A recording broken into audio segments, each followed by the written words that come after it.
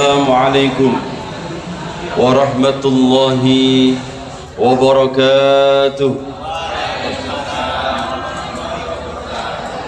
Alhamdulillahi rabbil alamin, wassalatu wassalamu ala ashrafil anbiya'i wal mursalin, sayyidina maulana Muhammadin wa ala alihi wa ahli baitihi wa ashabi ajma'in. Qalu subhanaka la ilma lana illa ma 'allamtana innaka antal alimul hakim. Amma ba'd.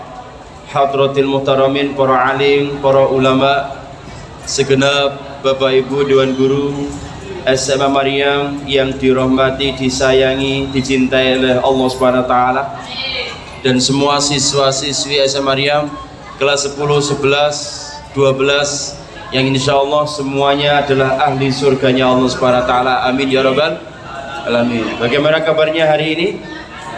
Sehat semuanya? Masih hidup? Alhamdulillah. Baik, mari kita awali ngaji kita bersama dengan baca doa thalabul ilmi. Moga-moga diberikan oleh Allah Subhanahu wa taala ilmu yang bermanfaat, ilmu yang barakah, ilmu yang mengantarkan kita semuanya selamat dunia sampai akhirat. Amin ya rabbal alamin. Bismillahirrahmanirrahim. Allahumma anfa'na bima 'allamtana wa 'allimna ma yanfa'una wa zidna ilman nafi'a. Al-Fatihah. A'udzu billahi minasy syaithanir rajim. Bismillahirrahmanirrahim. Alhamdulillahi rabbil alamin. Ar-Rahmanir Rahim. مالك يوم الدين. إياك نعبد وإياك نستعين. اهدنا الصراط المستقيم صراط الذين أنعمت عليهم غير المغضوب عليهم ولا الضالين. Amin. Baik, materi kita kali ini adalah judulnya Ada Apa Dengan 10 Muharram. Ada apa dengan 10 Muharram? Karena 10 Muharram ini adalah kejadian-kejadian yang banyak luar biasanya. Ada apa kejadian pada 10 Muharram? Oke, kurang lebih ada 21 kejadian yang hebat-hebat. Dan nanti jika waktunya cukup, kita sekaligus tentang masalah amaliyahnya. Pertama dan yang utama, pertama adalah Nabi Adam alaihi salam bertaubat kepada Allah Subhanahu wa taala, sekaligus diterima oleh Allah Subhanahu wa taala. Itu pada 10 Muharram. Nabi Adam alaihissalam bertaubat kepada Allah Subhanahu wa taala, sekaligus diterima taubatnya pada tanggal 10 Muharram. Baca apa taubatnya beliau? Baca Rabbana dolamna anfusana wa illam taghfir lana wa tarhamna lanakunanna minal khasirin. Itu doanya sekaligus zikirnya Nabi Adam. Tapi hati-hati kalau dibuat lagu. Ya, hati-hati kalau dibuat lagu, alias biasanya pujian. Bagaimana Pak? Kuatir panjang pendeknya berbahaya, bahaya. Rabbana ya Rabbana, Rabbana dolamna anfusana wa ilam taghfir lana wa tarhamna lanakunanna minal khasirin. Itu banyak salahnya. Banyak salahnya, tapi enak emang. Nah apalagi nak nggone sawah, ambil leye-leye di bawah pohon yang rindang, terus kemudian baca itu enak. Tapi banyak salahnya. Lo benernya bagaimana kalau pakai lagu? Rabbana ya Rabbana, Rabbana zalamna anfusana, wa ilam taghfir lana wa tarhamna lanakunanna minal khasirin. Beda dengan yang awal. Awal itu memang lingkak-lingkuknya enak, tapi banyak lain. Ya. Yang terkena hukum makhorijul huruf, panjang pendek tajwidnya adalah bacaan Al-Qur'an. Selain itu tidak kena. Maka kalau sholawatan silakan. Ya Nabi salam alaika, tidak kena tajwid. Ya Rasul salam alaika, tidak kena tajwid. Ya Habib salam alaika, salawatullah alaika, tidak kena tajwid. Ya, kalau selain Al-Quran itu tidak terkena tajwid. Bahkan ada yang mengatakan kalau selain Al-Quran namanya darurat syair, darurat syair, sehingga sing dawa oleh dibaca ndek, sing ndek diwaca dawa. Tapi kalau Al-Quran paten, panjang pendeknya harus dibaca sesuai dengan Al-Quran. Ini ya, tolong diingat-ingat. Itu yang pertama. Yang kedua, Nabi Idris diangkat oleh Allah SWT ke langit untuk melihat alam akhirat. Nabi Idris diangkat oleh Allah Subhanahu wa taala ke langit untuk melihat alam akhirat. Ini 10 Muharram. Ya. Nih ingat-ingat Nabi Idris. Yang ketiga, Nabi Nuh alaihi salam diselamatkan oleh Allah Subhanahu wa taala. Nabi Nuh alaihi salam diselamatkan oleh Allah Subhanahu wa taala keluar dari perahunya sesudah bumi ditenggelamkan selama 6 bulan. Nabi Nuh ini terkenal dengan Adam Ats-Tsani, Adam kedua. Sebab apa? Di saat itu semua makhluk habis. Zamannya Nabi Adam alaihissalam itu terkenal Adam awal. Itu kemudian habis di masa Nabi Nuh alaihissalam. Sebab dunia ditenggelamkan. Maka Nabi Nuh terkenal dengan Adam Ats-Tsani. Diling-iling. Siapa yang dikenal dengan Adam kedua? Yaitu Nabi Nuh. Allahumma shalli ala sayyidina Muhammad.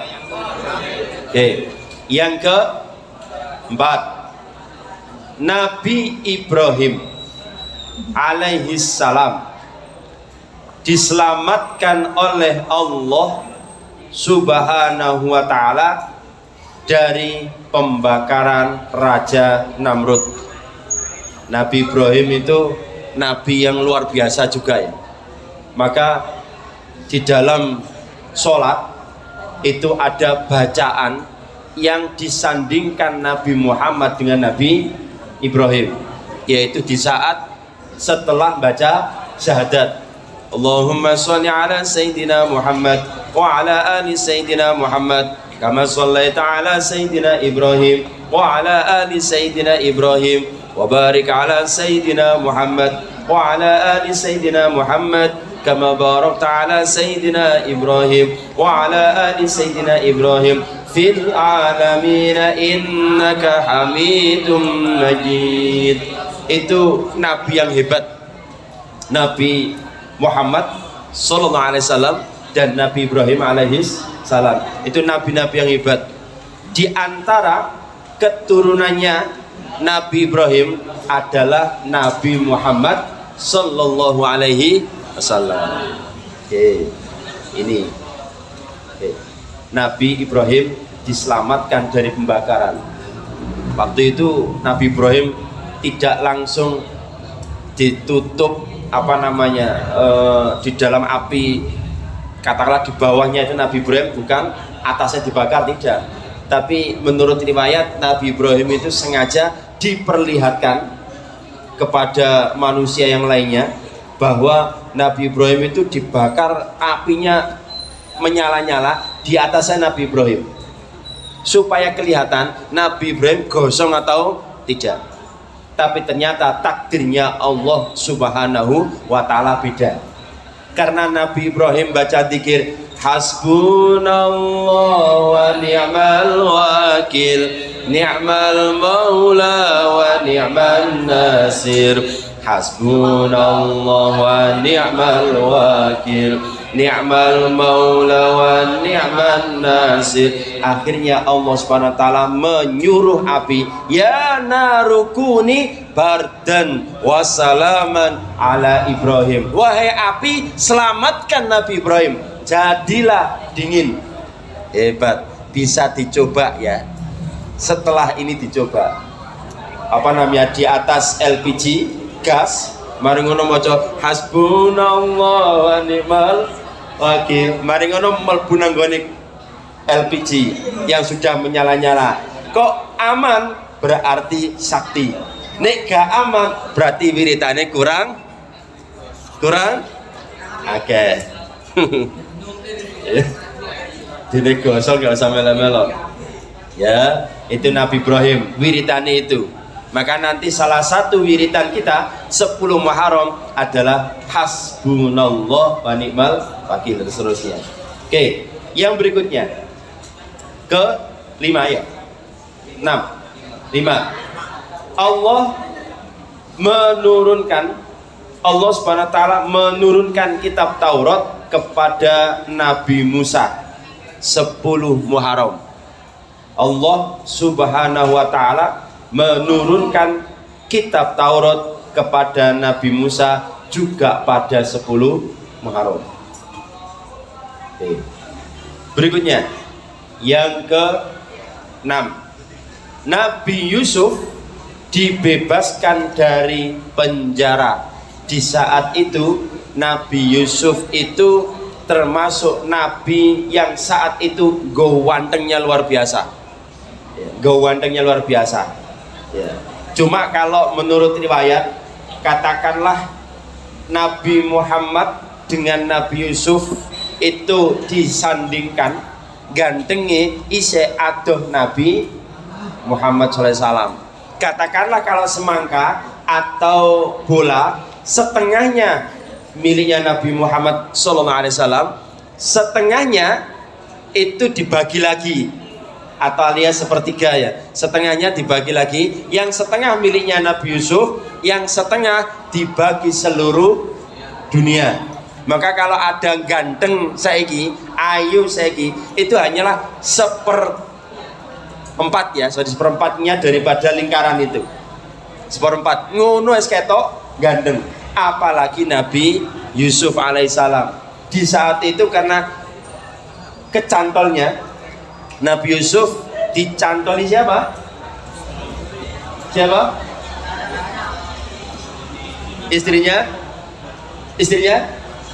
Fir'aun. Istrinya Fir'aun, yaitu bernama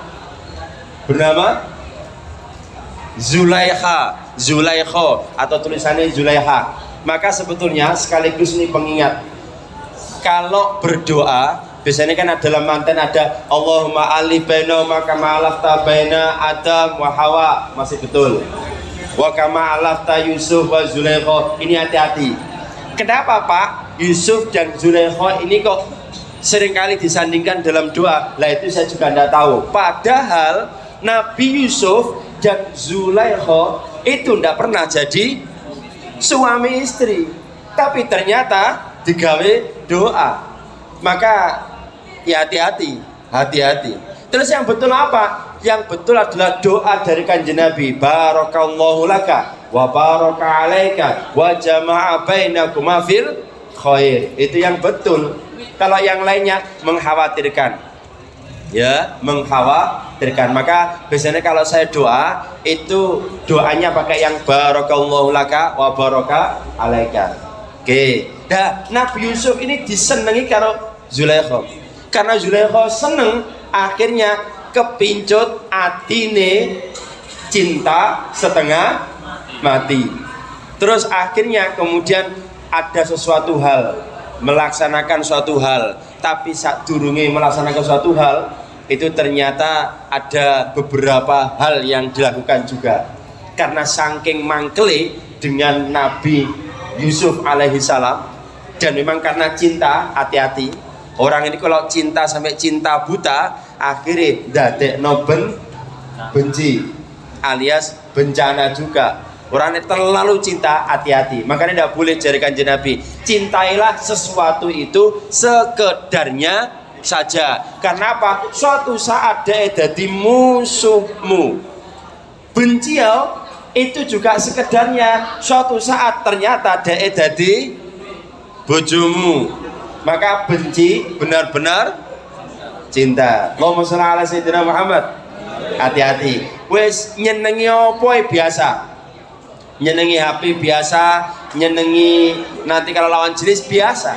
Nanti kalau punya suami istri biasa. Karena apa? Suatu saat dia akan menyakitkan jika kita terlalu cinta. Tapi ini biasa, insya Allah tidak bermasalah. Jika menyakitkan, oh ya wis ngene tok. Tapi kalau pada Gusti Allah harus cintanya luar biasa. Semakin luar biasa, semakin hebat. Cinta nang Gusti Allah bakal dikei siapapun yang akan mencintai kita semuanya. Allahumma sholli ala sayyidina Muhammad. Eling-eling jadi tani. Akhirnya kemudian Siti Zulaikha ini balas dendam karena saking cantiknya tidak direken oleh Nabi Yusuf. Akhirnya mengundang seluruh permaisuri yang ada di seluruh saat itu kerajaan yang ada, karena merasa Nabi Yusuf ini ganteng dan ternyata cintanya tanda kutip ditolak. Akhirnya ngundang, dan ini sudah tersiar. Ternyata Nabi Yusuf itu jadi ini ganteng kaya apa, kok ternyata permaisuri kepincut karo pembantune dhewe, ya Nabi Yusuf alias atau anake dhewe.